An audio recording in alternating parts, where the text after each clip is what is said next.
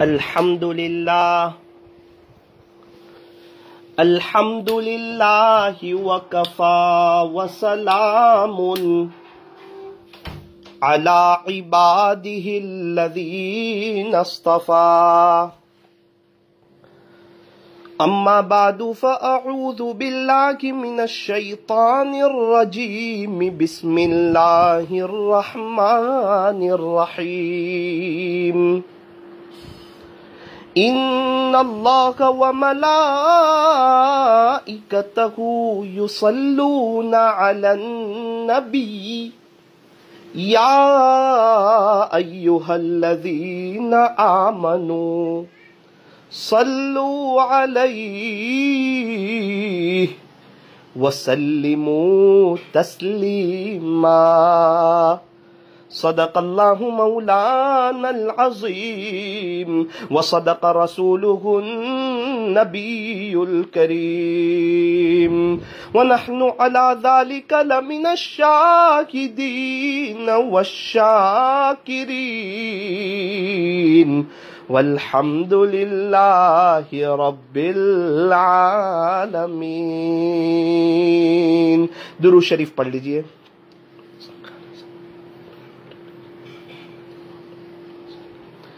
اللہ تبارک و تعالی ہمارے درود شریف پڑھنے کو قبول فرمائے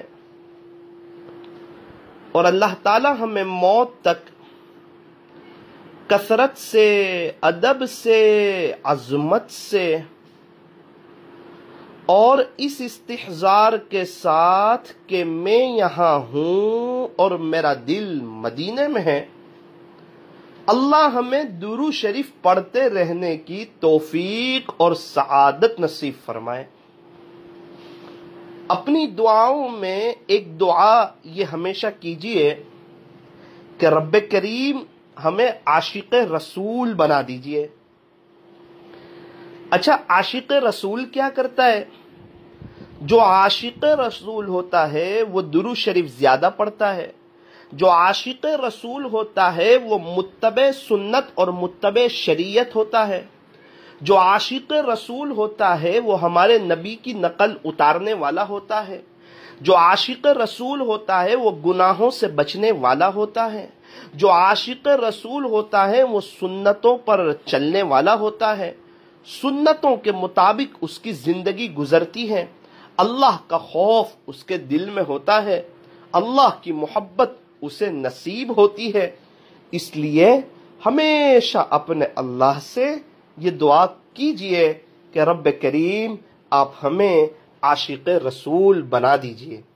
اگر اللہ نے جو ہمیں صحیح معنوں میں عاشق رسول بنا دیا تو ہماری آخرت کی بہت بڑی تیاری ہو جائے گی۔ اچھا، یہ بات چل رہی تھی مدینہ منورہ کے سفر کی کہ یہ بڑا مبارک سفر ہوتا ہے، بڑا قیمتی سفر ہوتا ہے اور بڑا نورانی سفر ہوتا ہے اور بڑا پر رونق سفر ہوتا ہے۔ انسان ایک دم خوشحال اور حشاش بشاش نظر آتا ہے۔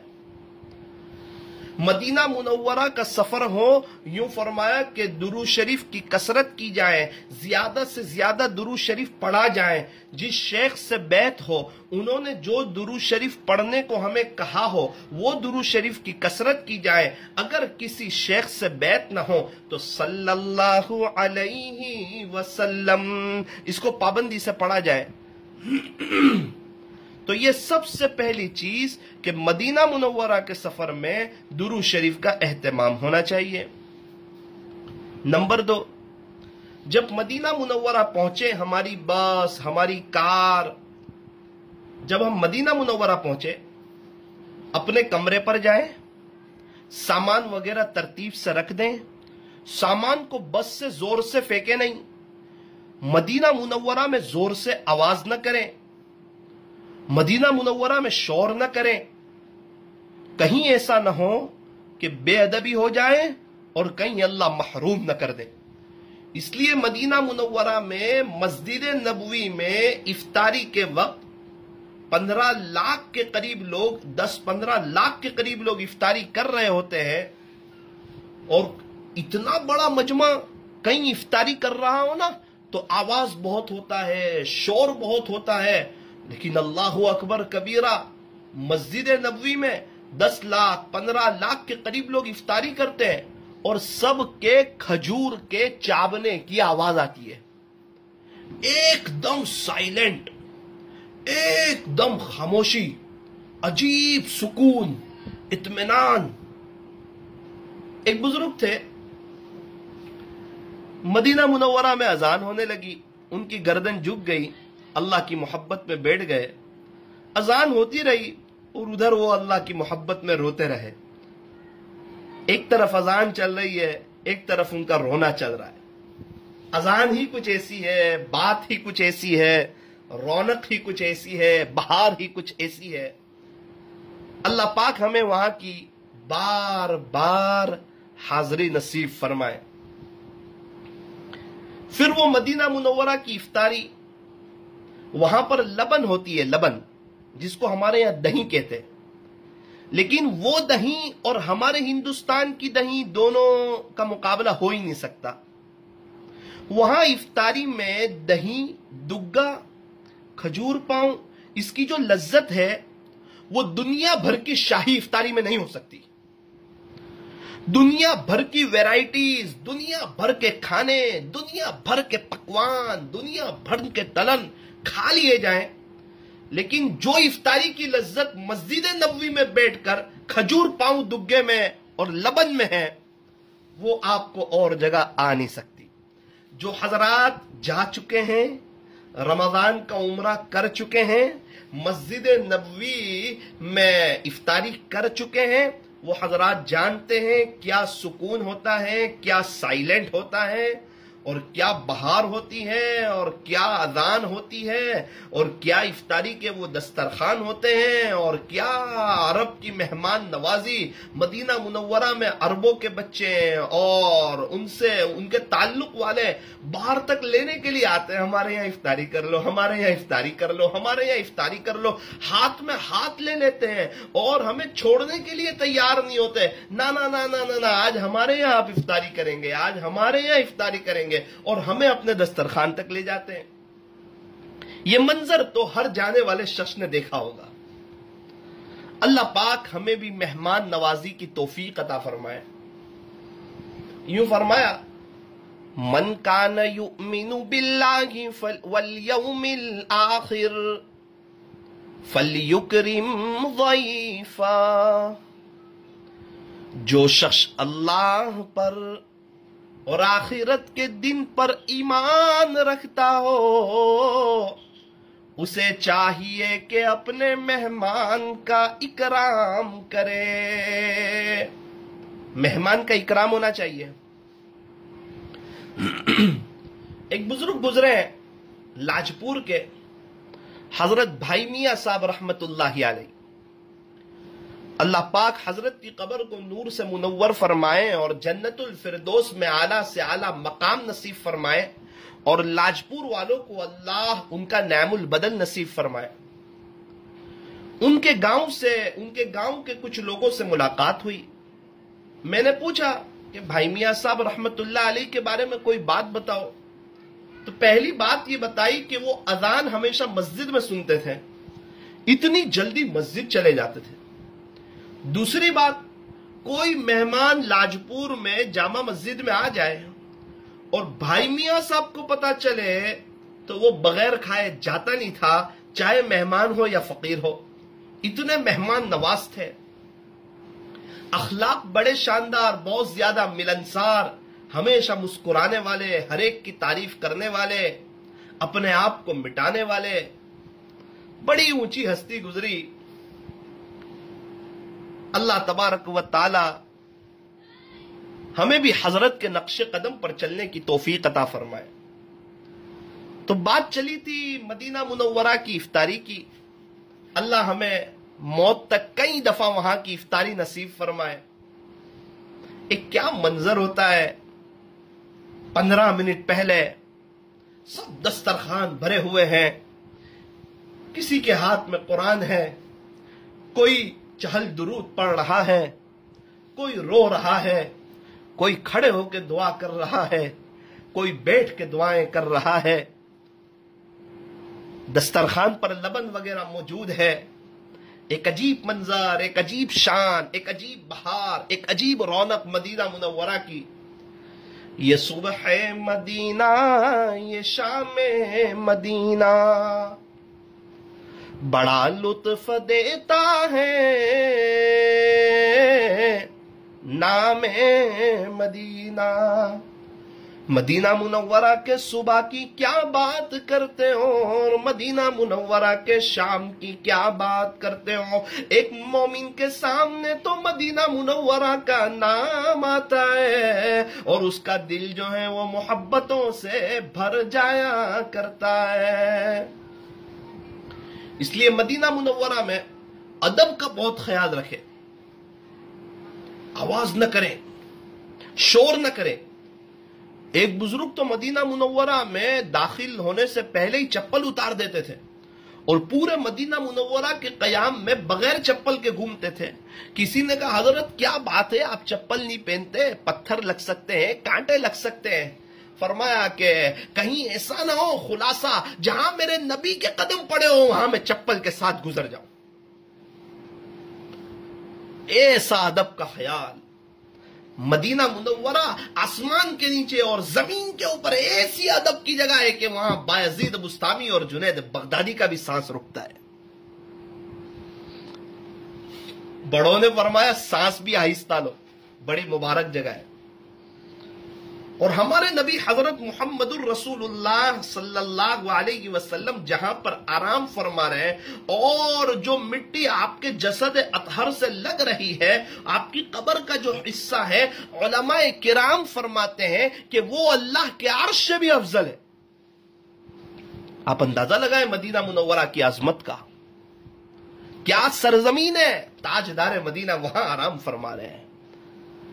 آپ دنیا سے جو پردہ فرما گئے، آپ کا جو انتقال ہوا وہ مدینہ منورہ میں ہوا، آپ کی تدفین مدینہ منورہ میں ہوئی۔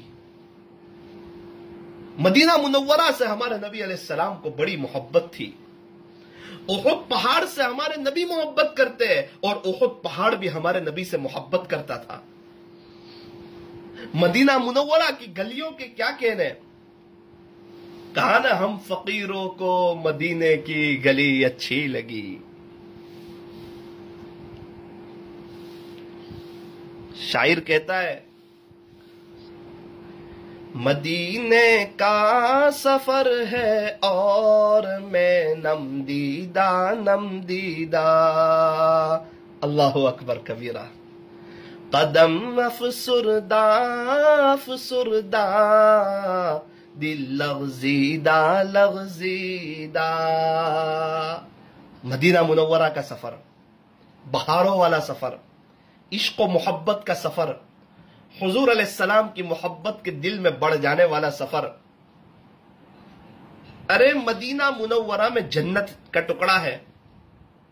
شاعر نے اس پر بھی کہا مدینے میں جنت ہے، مدینے میں جنت ہے، جنت میں مدینہ نہیں۔ مدینہ منورہ میں تو جنت کا ٹکڑا موجود ہے، لیکن جنت میں مدینہ منورہ نہیں ہے۔ کئی اللہ والوں نے اپنی زندگی گزار دی مدینہ منورہ میں۔ ایک مرتبہ ہمارا سفر ہوا، ممبئی سے ڈائریکٹ فلائٹ تھا مدینہ منورہ کا،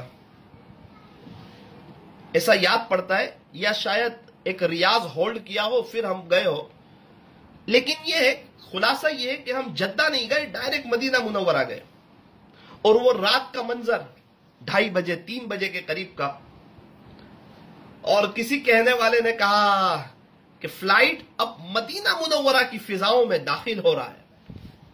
سب کی زبان پر درود شریف، سب حضور علیہ السلام کی محبت میں ڈوبے ہوئے، سب کی خوشیوں کا ٹھکانہ نہیں، اور سب کی باری کھلی ہوئی، فلائٹ کی لائٹیں اوپن ہو گئی، لائٹیں کھل گئی اور سب باہر دیکھنے لگے۔ عجیب منظر دیکھا جب فلائٹ سے گنبد خضرا کا نظارہ دیکھا۔ اللہ اکبر کبیرہ. اور فلائٹ سے جو مدینہ منورہ کا منظر دیکھا، رات کا فضائی منظر، اللہ پاک ہمیں وہاں کا دیدار نصیب فرمائے. ہر ایک کی زبان پر درود شریف، ہر ایک اللہ کے رسول کی محبت میں ڈوبا ہوا کہ اللہ آپ ہمیں کہاں لے آئے، کون سے شہر میں لے آئے، کتنے مقدس شہر میں لے آئے. اللہ تبارک و تعالی ہمیں بھی وہاں کے سفر کی برکتیں عطا فرمائے، نورانیت عطا فرمائے. تو ایک تو یہ ہے کہ جب مدینہ منورہ کا سفر ہو، کمرے میں اپنا سامان وغیرہ رکھ کر، غسل کر کے اچھے کپڑے پہن کر مسجد نبوی کی طرف آنا چاہیے، اور سنت کے اہتمام کے ساتھ مسجد نبوی میں داخل ہونا چاہیے. اور داخل ہو کر اللہ موقع دے 2 رکعت تحیت الوضو، 2 رکعت تحیت المسجد کی پڑھ لیں اور حضور علیہ السلام کے روضے پر سلام عرض کرنے کے لیے چلے جائیں. ایک بات یاد رکھیں کہ جب سلام ہمارے نبی سنتے ہیں تو یہ اس بات کی علامت ہے کہ ہم کچھ اور باتیں کریں گے تو وہ بھی سنیں گے.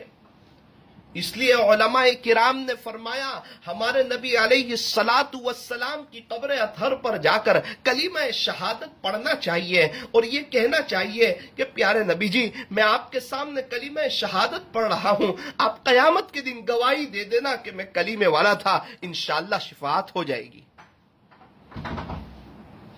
حضور علیہ السلام نے فرمایا من زار قبری وجبت لہو شفاعتی، جس نے میری قبر کی زیارت کی اس پر میری شفاعت واجب ہو گئی. اللہ اکبر کبیرہ. اور حضور علیہ السلام کی قبر مبارک پر ہم بہت سے سلام کرتے ہیں.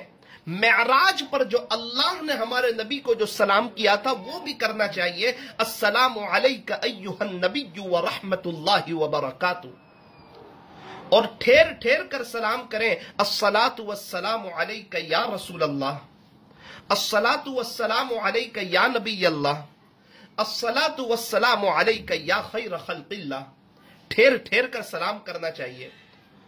وہاں زیادہ کھڑے رہنے کا موقع نہیں ملتا، لیکن اگر کچھ موقع مل جائے تھوڑا سا قریب کھڑے رہنے کا تو 70 مرتبہ صلی اللہ علیہ یا رسول اللہ، صلی اللہ علیہ یا رسول اللہ، صلی اللہ علیہ یا رسول اللہ، یہ پڑھنا چاہیے.